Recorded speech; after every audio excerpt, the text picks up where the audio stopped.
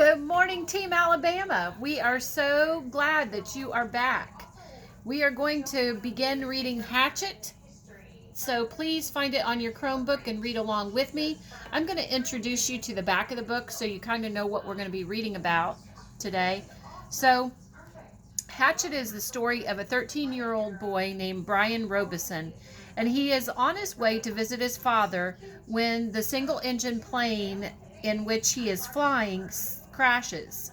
Suddenly, Brian finds himself alone in the Canadian wilderness with nothing but a tattered windbreaker. Tattered means torn. So that can be your first vocab word if you want to add it. And the hatchet that his mother gave him as a present, and the dreadful secret that has been tearing him apart since his parents' divorce. But now, Brian has no time for anger, self-pity, or despair. It will take all of his know-how and determination and more courage than he knew that he possessed to survive. So let's see. Go ahead and start your Google Doc with your 50 facts, your 10 questions, and your 10 vocab words. Good readers always have that mental picture going on in their mind, asking themselves, what's going to happen next?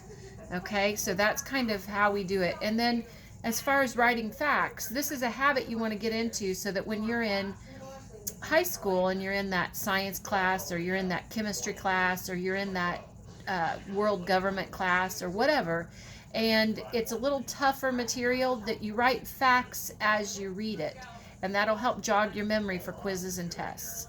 Okay, page 1. Brian Robeson stared out the window of the small plane at the endless green northern wilderness below.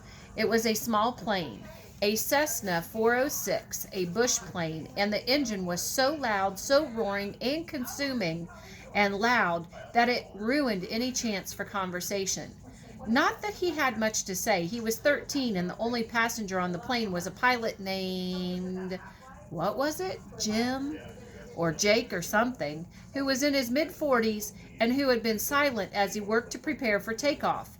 In fact, since Brian had come to the small airport in Hampton, New York to meet the plane, driven by his mother, the pilot had only spoken 5 words to him.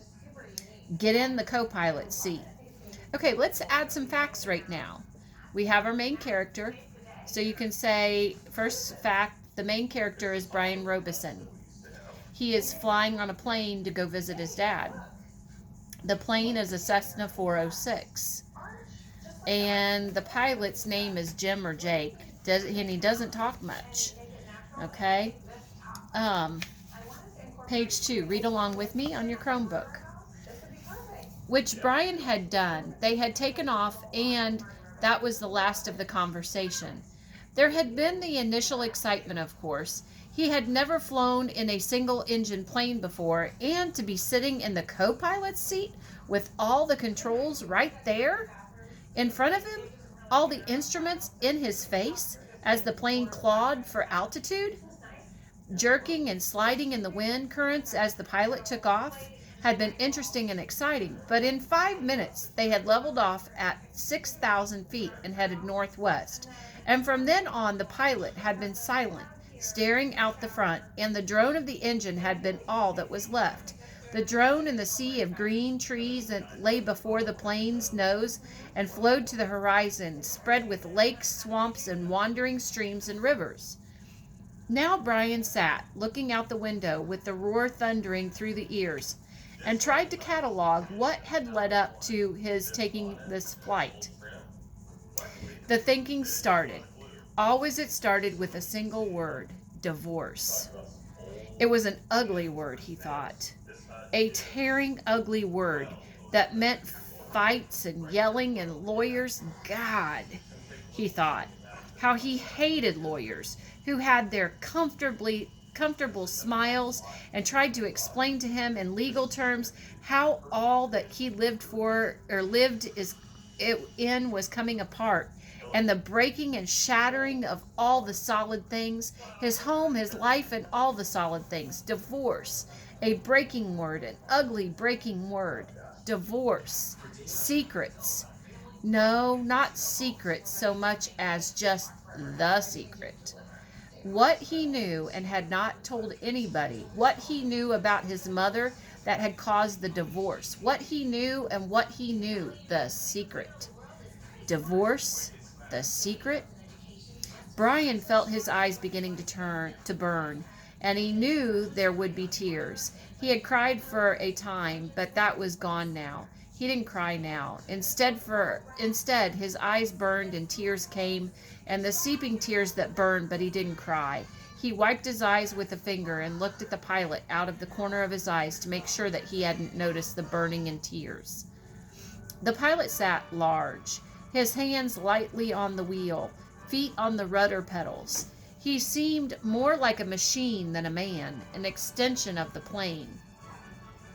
On the dashboard in front of him, Brian saw the dials, switches, meters, knobs, levers, cranks, lights, and handles that were wiggling and flickering, all indicating nothing that he understood, and the pilot seemed the same way. Part of the plane, not human. When he saw Brian look at him, the pilot seemed to open up a bit and he smiled. Ever fly in a co-pilot's seat before? He leaned over and lifted the headset off his right ear and put it on his temple, yelling to overcome the sound of the engine. Brian shook his head. He had never been in any kind of plane, never seen the cockpit of a plane except in films and television. It was loud and confusing. First time! It's not as complicated as it looks. Good planes like this almost flies itself. The pilot shrugged. Makes my job easy. He took Brian's left arm. Here, put your hands on the controls, your feet in the rudder pedals, and I'll show you what I mean. Brian shook his head. I'd better not. Sure, try it. Brian reached out and took the wheel in a grip so tight his knuckles were white. He pushed his feet down on the pedals and the plane slewed suddenly to the right. There's a good word for you, slewed. Add that to your vocabulary. Page 4. Not so hard. Take her light. Take her light. Brian eased off and relaxed his grip. The burning in his eyes was forgotten momentarily as the vibration of the plane came through the wheel and the pedals. It seemed almost alive. See? The pilot let go of his wheels, raised his hands in the air, and took his feet off the pedals to show Brian he was actually flying the plane alone. Simple. Now turn the wheel a little to the right and push on the right rudder pedal in small amounts. Brian turned the wheel slightly, and the plane immediately banked to the right, and when he pressed on the right rudder pedal, the nose slid across the horizon to the right. He left off on the pressure and straightened the wheel, and the plane righted itself.